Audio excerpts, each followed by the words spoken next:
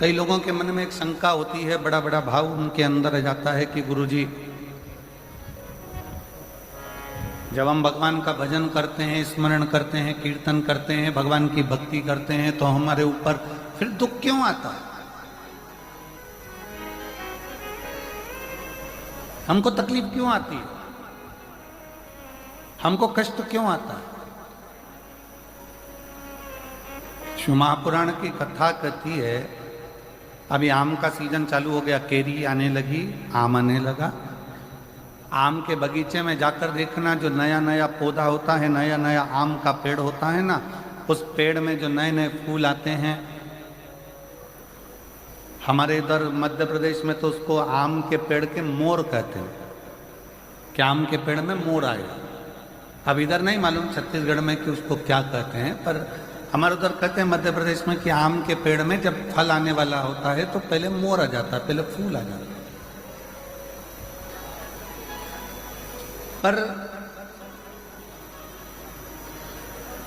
जब कोई नया आम का पेड़ होता है, पहली बार उसमें अगर फूल आता है, पहली बार अगर उसमें मोर आता है, तो बड़ा सुंदर दिखता है कि कितना सुंदर है, कितना विशाल है, कितना बढ़िया है। इसमें आम आएंगे, बहुत आएंगे, ढेरों आम लगेंगे और ढेरों आम इसमें लग जाएंगे। पर जो श्रेष्ठ माली होता है ना,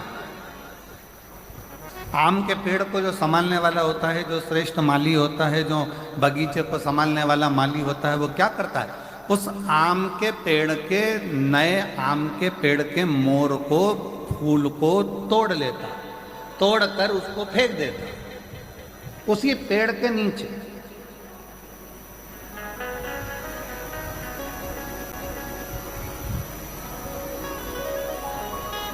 और दुनिया के लोगों को लगा कि इतना बढ़िया आम का पेड़ है, उसमें इतने सारे मोर भी लगे, इतने सारे फूल भी लगे और इतनी सारी केरियां आएंगी, इतने सारे आम लगेंगे। परंतु गजब करा माली ने, बगीचे के माली ने तो तोड़ा फूल को, मोर को, और पेड़ के नीचे डाल दिया।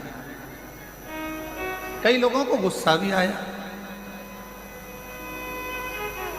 कई लोगों को लगा भी सरी कि ये क्या करा, बताओ। आम का पेड़ में इतने सारे मोर लगे थे, इतने सारे फूल लग रहे थे, और उसने तोड़कर सब नीचे पटक दिया, उसको कुचल दिया, बेकार कर दिया। पर जो समझदार था,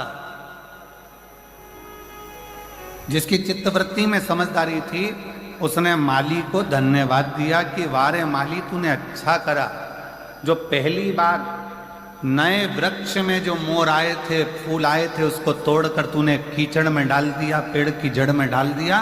क्यों? क्योंकि हमारा एग्रीकल्चर कहता है, हमारी प्रकृति कहती है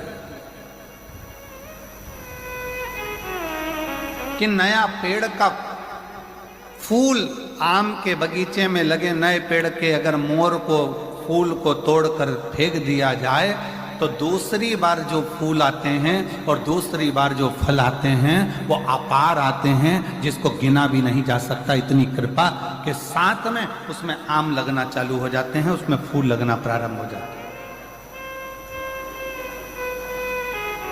अब जो लोग कहते हैं कि बड़ा भगवान दुख देता है, बड़े तकलीफ आती है, भगवान तकलीफ दे देते हैं, भगवान कष्ट देते हैं, भगवान दुख दे देते हैं, हम इतना पूजन करते हैं तो भी भगवान हमारी नहीं सुनता, हम इतना भजन करते हैं तो भी भगवान हमारी नहीं सुनता, हम भगवान को भक्ति करते हैं तो भी भगवान हमें कष्ट देता है। उसका कारण केवल इतना है, भगवान को धन्यवाद देना कि परमात्मा भी वो माली है, भगवान भी वो माली है। जैसे बगीचे का माली होता है, वैसे वो परमात्मा भी माली है। और परमात्मा यदि तुम्हें कुचल रहा है, परमात्मा थोड़ा कष्ट दे रहा है, परमात्मा थोड़ा दुख दे रहा है, परमात्मा थोड़ा सा कष्ट अगर तुमको जीवन में दे रहा है, तो समझ लेना कि जैसे मोर को तोड़ा गया, फूल को तोड़ा गया और जड़ में डाला गया, जिससे ये पेड़ और उन्नति करे, और आगे बढ़े, और बहुत उन्नति कर कर बहुत फल दे, उसी तरह भगवान भी अगर हमको दबा रहा है, कुचल रहा है, थोड़ा कष्ट दे रहा है, तो समझ लेना कि परमात्मा भी हमको बहुत आगे ले जाना चाहता है।